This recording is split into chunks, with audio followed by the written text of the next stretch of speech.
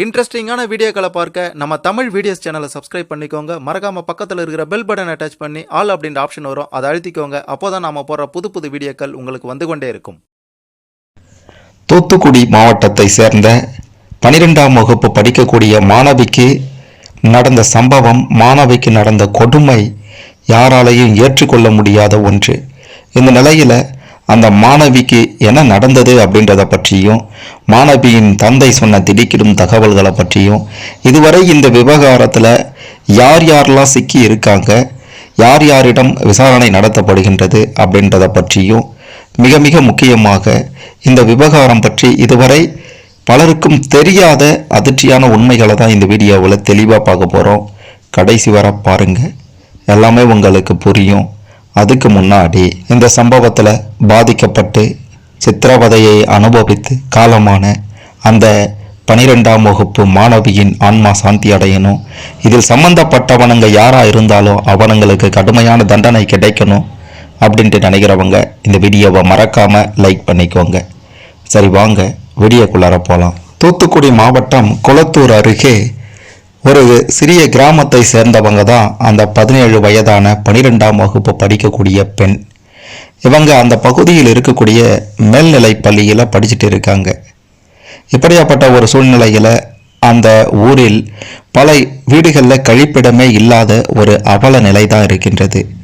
இயற்கை உபாதையை கழிப்பதற்காக அருகில் இருக்கக்கூடிய காட்டுப்பகுதிக்கு கடந்த மார்ச் மாதம் 10ஆம் தேதி மாலை 6 மணிக்கு மேல் இந்த மாணவி சென்று இருக்காங்க. அதன் பிறகு இவங்க வீடு திரும்பவே இல்லை.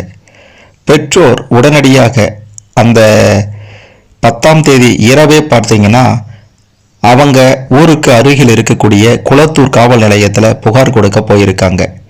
ஆனால் போலீஸாரோ அவங்கள விளாத்திக்குளம் மகளிர் காவல் நிலையத்திற்கு சென்று புகார் கொடுங்க அப்படின்ற மாதிரி சொல்லியிருக்காங்க. இதன் காரணமாக மறுநாள் காலை மார்ச் 11ஆம் தேதி காலையில் தான் விளாத்திக்குளம் மகளிர் காவல் நிலையத்திற்கு சென்று புகார் அளித்திருக்காங்க அந்த மாணவியின் பெற்றோர். அங்கும் புகாரை பெறாமல் பல மணி நேரம் அலைக்கழிக்கப்பட்டிருக்காங்க. இதனால மாணவியின் தந்தை மீண்டும் குளத்தூர் காவல் நிலையத்தில் புகார் அளித்திருக்கிறாரு. இந்த நிலையில தான் 11ஆம் தேதி மார்ச் 11ஆம் தேதி மாலையில தான் அந்த மாணவிக்கு இப்படி ஒரு மோசமான சம்பவம் நடந்து காலமாகி கிடந்தாங்க அப்படின்றது தெரிய வந்திருக்கின்றது. இதனை அடுத்து அதிர்ச்சி அடைந்த பெற்றோரும் பொதுமக்களும் பார்த்தீங்கன்னா மிக பெரும் அளவில் போராட்டத்தில் இறங்கினாங்க. இந்த சம்பவத்தில் பார்த்தீங்கன்னா விளாத்திக்குளம் மகளிர் காவல் நிலைய ஆய்வாளர் பிரவீனா தற்போது பணியிடை நீக்கம் செய்யப்பட்டிருக்காங்க. என்ன காரணம்னா, ஒரு புகாரை கூட வாங்காம அந்த பெற்றோரை அலைக்கழித்திருக்காங்க. இந்த பிரவீனா மட்டும் புகாரை ஒழுங்கா வாங்கியிருந்தா அன்று இரவே அந்த 12ஆம் வகுப்பு மாணவியை தேடி இருந்தா இப்படி ஒரு சம்பவமே நடந்திருக்காது அப்படின்றது தான் தற்போது வெளியாகி இருக்கக்கூடிய தகவல். அது மட்டுமல்லாம இந்த சம்பவம் பற்றி மாணவியின் தந்தையும் திடுக்கிடும் சில தகவல்களை சொல்லியிருக்கிறாரு. என்னுடைய மகளே போயிட்டா, இதுக்கப்புறம் என்ன ஆக போகின்றது?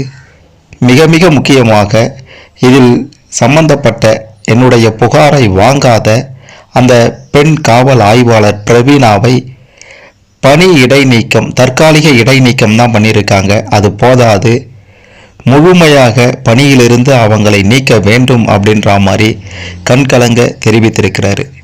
அது மட்டுமல்லாமல் இதில் சம்பந்தப்பட்ட குற்றவாளிகளையும் உடனடியாக கண்டுபிடிக்க வேண்டும் அப்படின்ட்டு சொன்னதோட மாணவியின் தந்தையும் உறவினர்களும் பார்த்தீங்கன்னா அந்த இடத்திற்கு போன போது அவங்களுடைய பெண் இருந்த நிலையை கண்டு அதிர்ச்சியாகி இருக்காங்க. காயங்கள், அது மட்டும் இல்லாமல் கொடுமைகள் செய்யப்பட்டு இருக்கின்றது அப்படின்றத அவங்க கண்முன்னே பார்த்துருக்காங்க. அதனால் இதில் சம்பந்தப்பட்டவனுங்க எவனா இருந்தாலும் அவனுங்களுக்கு கடுமையான தண்டனை வாங்கி கொடுக்க வேண்டும் அப்படின்றது தான் அவங்களுடைய ஒரே கோரிக்கையாக தற்போது இருக்கின்றது. சரி, இந்த சம்பவம் நடந்து 4 நாட்கள், இன்றோடு 5 நாட்கள் சரியா. மார்ச் 10ஆம் தேதி நடந்தது. 10, 11, 12, 13, 14 இந்த சம்பவம் நடந்து 5 நாட்கள் ஆகின்றது. ஆனால் இந்த 5 நாட்களில் இந்த சம்பவம் தொடர்பாக இதுவரைக்கும் எந்த ஒரு நபரும் கைது செய்யப்பட்டதாக தகவல் வரவே இல்லை. அப்படின்னா ஏன் காலதாமதம்? ஏன் கண்டுபிடிக்க முடியல அப்படின்றது தான் ஒவ்வொருவருடைய கேள்வியாக இருக்கின்றது. ஆனால் தற்போது இருக்கக்கூடிய தகவலின்படி விசாரணை போயிட்டு இருக்கின்றதாம். அதே பகுதியை சேர்ந்த 12ஆம் வகுப்பு படிக்கக்கூடிய ஒரு மாணவனிடமும் அந்த பகுதியை சுற்றி இருக்கக்கூடிய மிக முக்கியமாக 10 வட மாநில தொழிலாளர்களிடமும், அதையும் தவிர்த்து அதே ஊரை சேர்ந்த 4 பேர், மொத்தமாக 15 பேரிடம் இந்த சம்பவம் தொடர்பாக விசாரணை மேற்கொள்ளப்பட்டு வருகின்றது அப்படின்ற ஒரு தகவல் பார்த்தீங்கன்னா வெளியாகி இருக்கின்றது. அதே சமயத்தில் இந்த மாணவியினுடைய உடலானது பார்த்தீங்கன்னா தூத்துக்குடி அரசு மருத்துவமனைக்கு அனுப்பி வைத்தாங்க.